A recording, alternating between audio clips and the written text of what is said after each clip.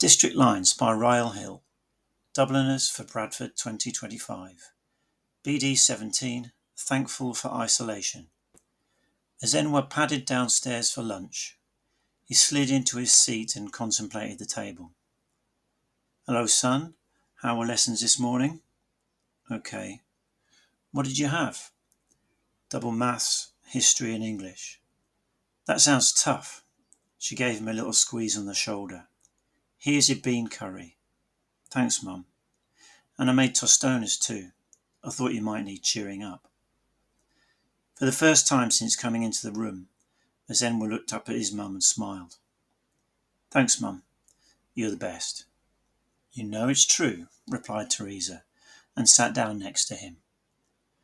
They ate in silence, which had gradually become the norm during the isolation COVID had forced on them. Enwer finished and pushed his bowl away. That was great, Mum. Thanks, he sighed. Was it really okay? That's not the reception curry and tostones usually gets from you, son. Enwer looked up at her again. I'm sad, Mum, he said. Here I am, a teenager in the UK's youngest city, but I'm spending all my time in my bedroom. Zoom GCSE lessons, gaming, revising, doing nothing. Oh, son, Teresa said, squeezing his hand. It will get better.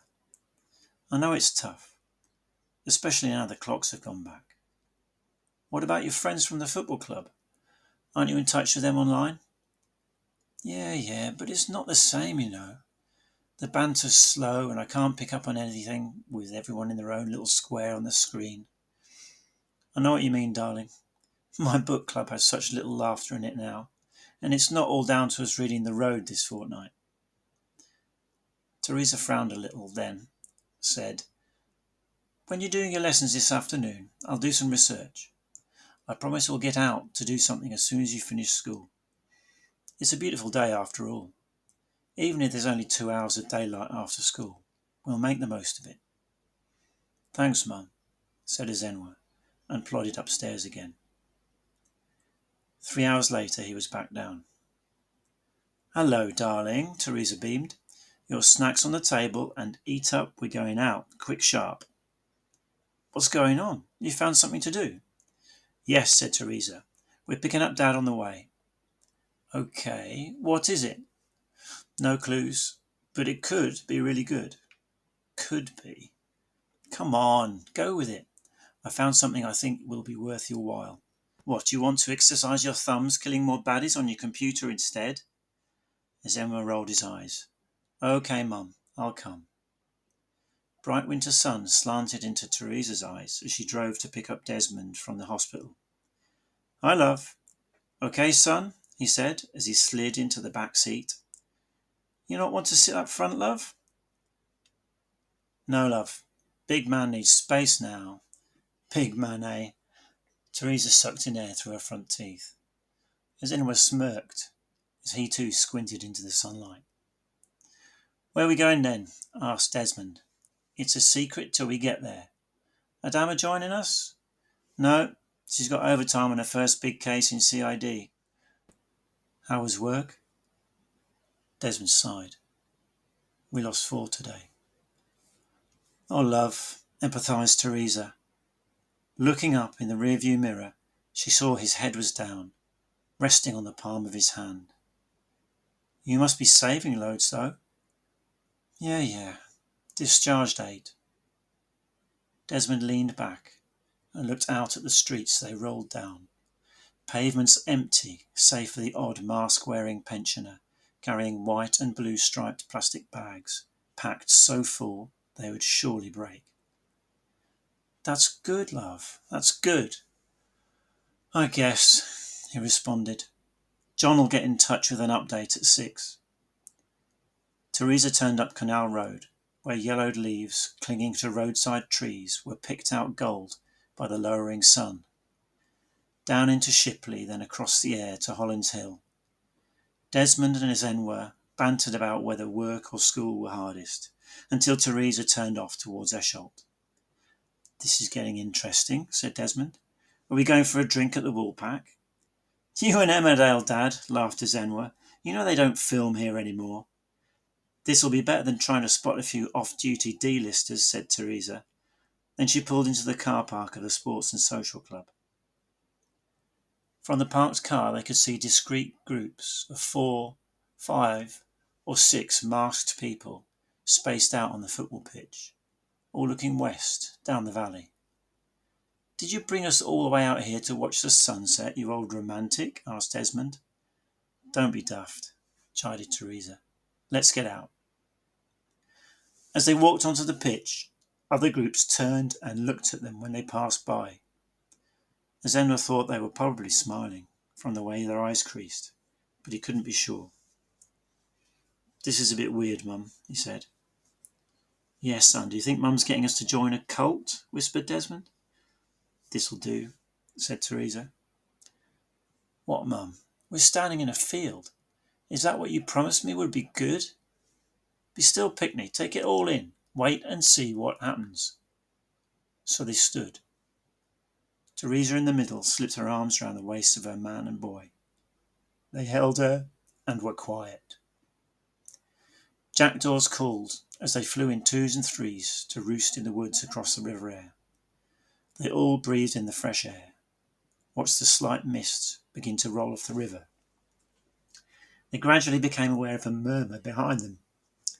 Looking around, Zenwa saw more groups had joined them, and some people were pointing into the sky. Following their gaze, he saw a small smudge moving towards them from the north. What's that, Mum? Zenwa pointed to the smudge. Ah, they're here, replied Teresa. I've seen this before, Desmond explained. Remember that autumn break in the lakes? That's it, love. The smudge moved closer. Soon Zenwa could discern separate dots within it. Then he could see there were birds, hundreds of them, flying together. Cool, he said. Teresa and Desmond smiled at each other. They're so close to each other, Zenwa continued. I've seen this in animations. But this is better, eh? Prompted Teresa. That's one big isolation unit, said Desmond. And there's another, replied Teresa. More groups of birds approached the original and joined it. Each new group added impetus to the whole, which swooped close enough to the observers at one point to elicit oohs and ahs reminiscent of a fireworks display crowd. Desmond felt Zenwa's fist punching the jacket at his waist. What's up, son? He said. It's beautiful. I wish I was amongst them, said Zenwa. Teresa looked down, saw silent tears, and turned to hold him in a gentle embrace. Desmond held them both tight, and for once they were thankful for isolation. The other groups continued to be spellbound by the starling's display, uttering further exclamations whenever a sharp change in direction, a roll, or separation of the murmuration occurred. It now seemed to hold thousands of birds, each one either frantically working to remain within its safety or serenely soaring through the darkening golden sky, depending on observers' perspectives. It won't always be like this, said Teresa. We'll be on holiday together again soon, meeting friends in person rather than on the screen. Will we all live through it, though? It'll be fine, son, reassured Desmond. You're young and fit. You'll probably just think it's a cold if you get it. But what about you two? Asked Zenwa. You're old. Hey now, both parents warned. You know the risks are higher, especially for us. And I need you both. He held them tighter. We're still good, son, said Desmond. We're much better now at treating people than in the first phase. The vaccine's doing its job. I want to believe you, Dad. I want to, but 4 today, and 8 discharged, countered Desmond. Hundreds of others infected and beating it without going anywhere near BRI. Look at the starlings, darling, said Teresa. You'll be as free as them when this is all over. They all watched again. There were now tens of thousands of birds, rolling, swooping, soaring together. The mass of them folded in upon itself, shot out an arm, then coalesced. "It's like a lava lamp in the sky," smiled Desmond. "What's a lava lamp, Dad?" asked Ezenwa. "I'll dig my old one out when I get home. I think you'll like it." "You old hippie." Teresa smiled at him.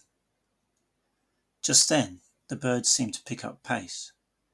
The quiet chatter in the groups watching stilled. Instead of rolling and gliding, they seemed to be shooting and crashing around. Suddenly a hole shot through the birds, with a much larger bird searing through it. "It's a hawk," said Teresa. "Probably a sparrowhawk. Starlings are the perfect size for them." "Will it get one?" asked Ezenwa, gripping her hand tighter. "Maybe. Keep watching, love." Holes and indentations appeared in the surface of the flock in quick succession. The birds' energy ramped up, and the watchers' exclamations followed suit. At one point, the flock swooped low over them, and individual birds resolved from the mass. Ezenwa saw the fear driving their effort. The flock changed character. The arms shooting from it seemed to be reaching out to the hawk. The starlings began to mob it. Groups of several hundred would detach and surround the hawk, taking it away from the rest. The hawk was having to work harder to pick out an individual prey, and every starling seemed to know the angle to swoop on it to successfully avoid its beak and talons. After some time, with velvet blue pressing down on the orange of the setting sun, the hawk gave up without a kill.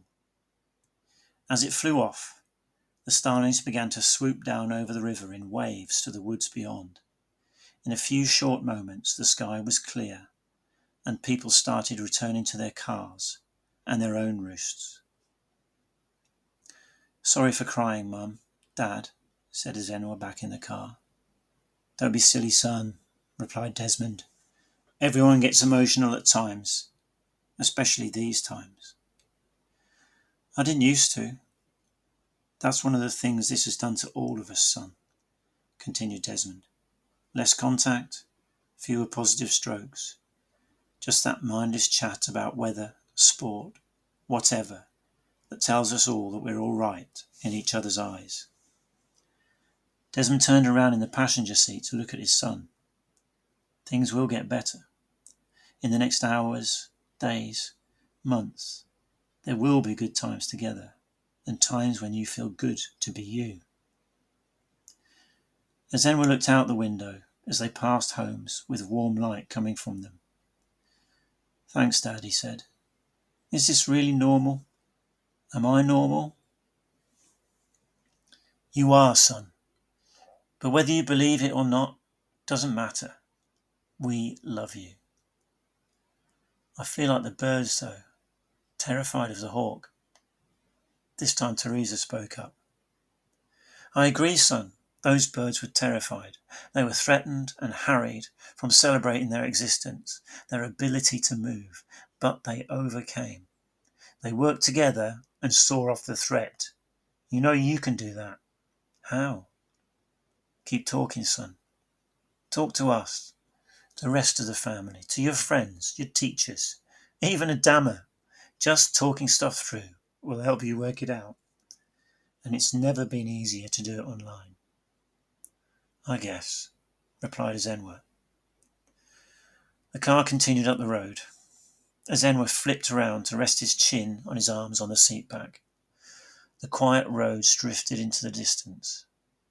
He didn't see the hawk watching the car go by, a warm pigeon carcass pinned to the ground beneath its talons.